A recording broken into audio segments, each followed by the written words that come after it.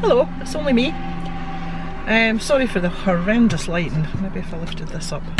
Can you see me any better now? So, where to start? So I'm in my car currently. I'll switch the engine off so that we don't have that rumbling noise. What am I doing? That is an extremely good question. Trying to find some place reasonably quiet where I can film, where there's nobody watching. So I've actually come to the parking ride in Dunfermline. I'm right down the bottom end of the parking ride. There's nothing much around. There are some cars zipping past, but nothing to speak of really. Let's bring you over here a bit. So, what am I filming for today? Well, let me tell you. I think I'm going crazy. At least that's what my family would have you believe.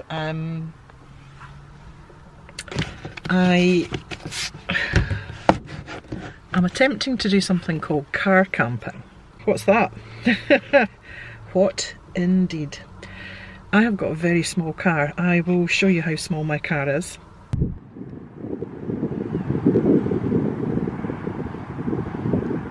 Tiny little car. It's not very long at all. There's no boot whatsoever.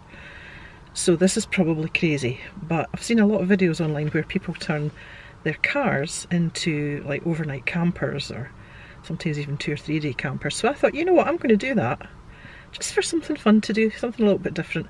My whole family think I'm crazy. They think I'm mad. And maybe I am, who knows. At the moment it's a bit of a mess in the back of the car because I just took my son to IKEA today to pick up some chairs for his house. So we had to kind of like quickly move things around. But what I'm going to do is I'm going to show you everything that I've got for car camping, try and tidy it up a little bit first, and then describe what everything is, and hopefully take you along on a car camp. Okay, here's the back of the car. So I've got a 60-40 split in the back. So I've got the 61 lying down and the 41 still up so that I can sit. I've got a couple of big fluffy pillows sitting here. They're going to be transformed into part of the bed later. Down here I have a lantern. If I can focus on it, there we go. It's one of these ones where you pull the bottom. Don't think I can do this with one hand. Yeah, you see it opens up and the light comes. It's very, very bright, so I'll close that down. What else have I got? These here, all rolled up, the bungee, are my Reflectix for my windows. More about that later. So this is one of these over the back of the chair organisers, and it's absolutely stuffed full of things that I might need.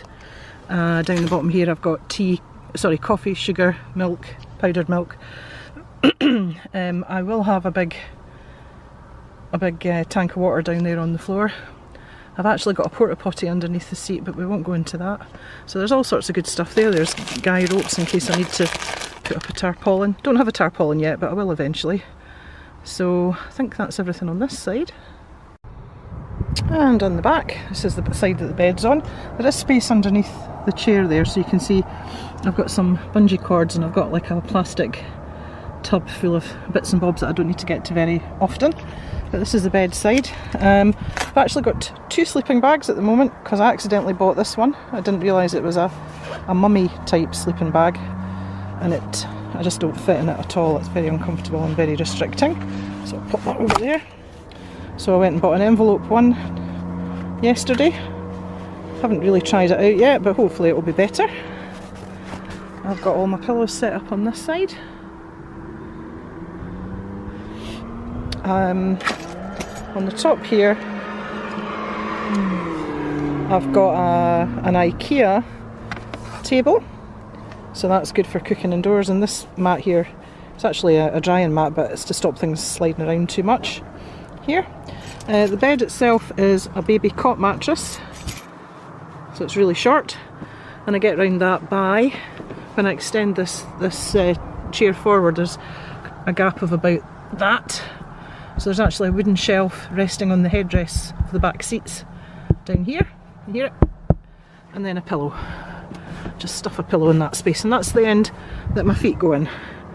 So I can either stick them between the 2 chairs there, or I can stick them through that space there. if I want to stretch out fully, but it's actually quite comfy. And on the roof, don't know if you can see that, I have a bungee, more on that later, and some fairy lights going all the way around the car, more on that later. And the passenger side.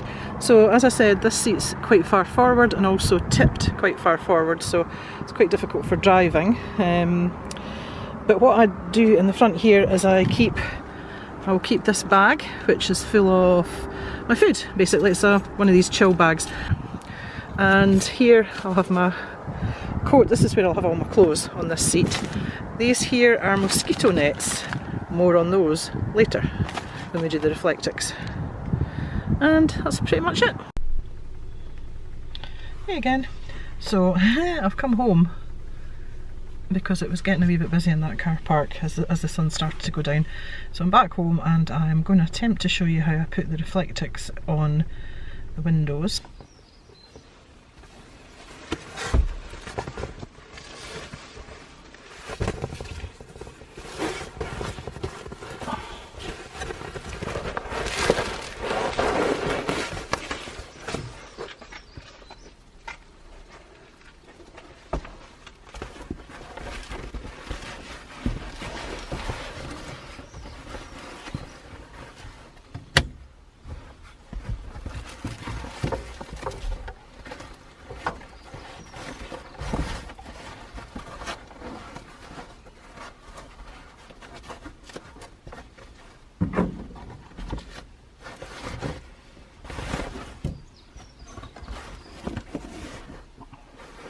Oh well, that didn't work very well because the camera was focused somewhere entirely different from where it was supposed to. However, there's the front one up. It doesn't cover the entire window, but it does okay, and it hooks just underneath the sun visors here, which hold it in place. And I do have a little tiny bit of Velcro on the window as well to help. And next I'm going to attempt to put the window covers on. I'll put them on and then show you because there's no way I can do this with one hand. There we go, that's that one on. They don't stay on particularly well. I've had to put a little drop of Velcro, and this one's too thick, it keeps popping out. It's got cardboard and everything in it, but it tends to fall out. So they're Reflectix on one side, so that's like basically silver bubble wrap, and on the other side they've got black material so that it kind of blacks out the car from the outside and you don't really see in. Gives you a great deal of privacy. So I'll go and put the other one up on the other side now. Righty ho, you can see me in the mirror there. Hi! So that's the Reflectix on that window and on that window. And you probably can't see it very well, but I've put the mosquito nets on. That's twofold. One, makes it even more private. Two, it kind of holds the Reflectix on. And I suppose three, the main reason, is that you can actually roll your windows down a tiny little bit and midges won't get in. So that's very handy. That's what that looks like. Now these Reflectix are for the back windows, and I haven't finished them yet. I haven't actually put the black material on the back because I was thinking that the black material is what's causing them to bulge out like that and to fall off. So I thought I'd cut them again and I would just try them without the material. So I've done that for those two. This one actually does have the black material on, to show you what I mean, and you just leave a little gap. You don't cut it right up to the edge, so that if there is any space between the Reflectix and the window, this black piece of material should fill it in. And that's what it looks like on that side. So I just used contact adhesive spray, sprayed the Reflectix, sprayed the material, waited a couple of seconds till they were both tacky, and then pressed them together, put something heavy on them, and they stay on pretty well, you know. And then just cut the thing quite close. This one has got a couple of bits of Velcro on it. Because it's got the material on it, it does tend to fall off, so yeah. That's what we're going to do next. Okay, it's getting nice and dark in here. That's the second one up. Now you can see the difference between the light shining through the one that doesn't have material on the back And here's one that does have material on it, but there's a definite difference in the amount of light that it lets in. So this one still lets in a bit of light. That's good though. You can't see through, so that's the main thing. And I've only done the thing on that side, I haven't done this one because we would like to have some light to film by. It's really difficult to see things in this car because everything's black, but I keep my shoes here when I take them off, down the side of the chair.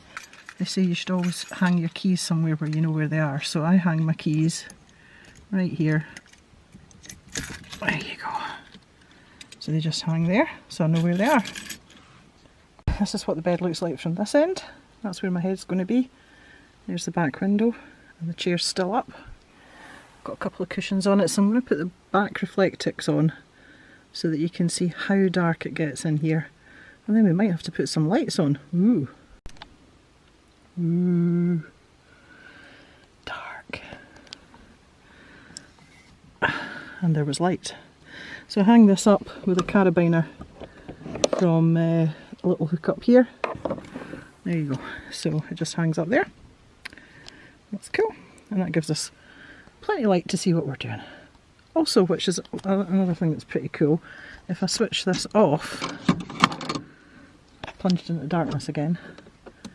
Woo, switch on the blue lights. That gives a really funky effect.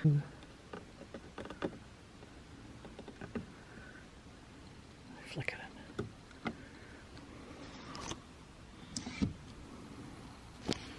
Back to that again. So let's show you how I set up to sleep. Oof, I'm out of breath trying to struggle into the sleeping bag. So there's my feet up that end. Quite a bit of space. So there's two ways I can do this. I can leave the chair up, or I can put it down. Currently it's up, which gives me like a wee bit of space down there to work with. And I'm propped up on one of the cushions, or I can put it down as well. I hang my Kindle Fire from the bungee and set my phone up, my mobile phone, as a mobile hotspot, and then I can cast to that and watch Netflix or YouTube or whatever I want.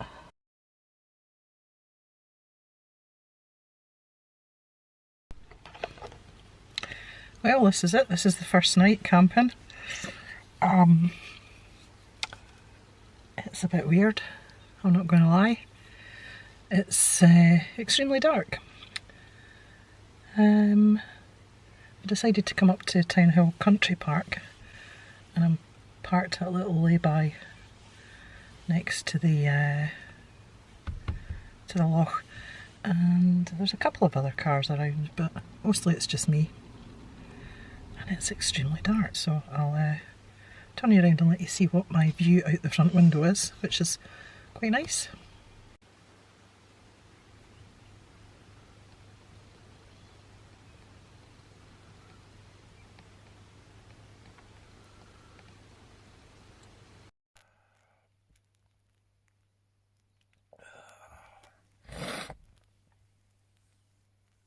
That was the worst night's sleep I've ever had.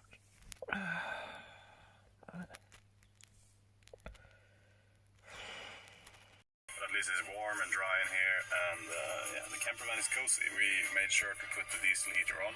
That was a really good idea. Before we went out, so yeah, we're starting to... It's about 5:30 in the morning.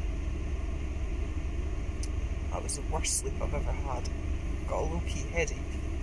I did manage to get to sleep.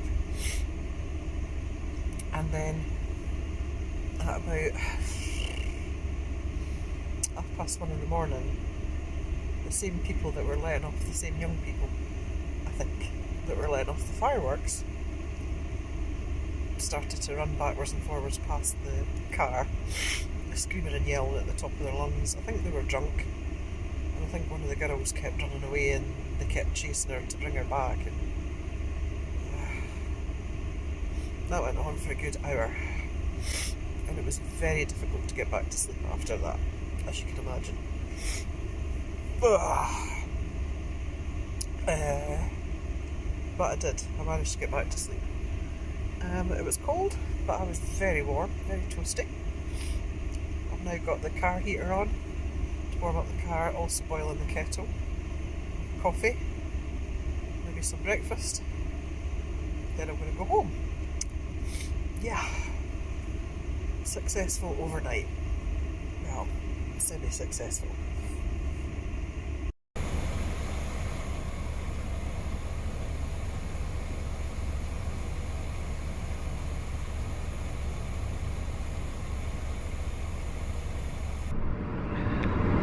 Good morning. Forgive the fact that I'm still wearing the same clothes and I didn't feel confident changing into pyjamas, and my hair, oof. Note to self, bring a brush and possibly some water to squirt on it. Anyway, first overnight camp, successful-ish. 3 good hours sleep. Cold, yes it was cold, but not gonna lie, I was cozy and I was comfy, so there's 2 things that definitely worked out in my favour.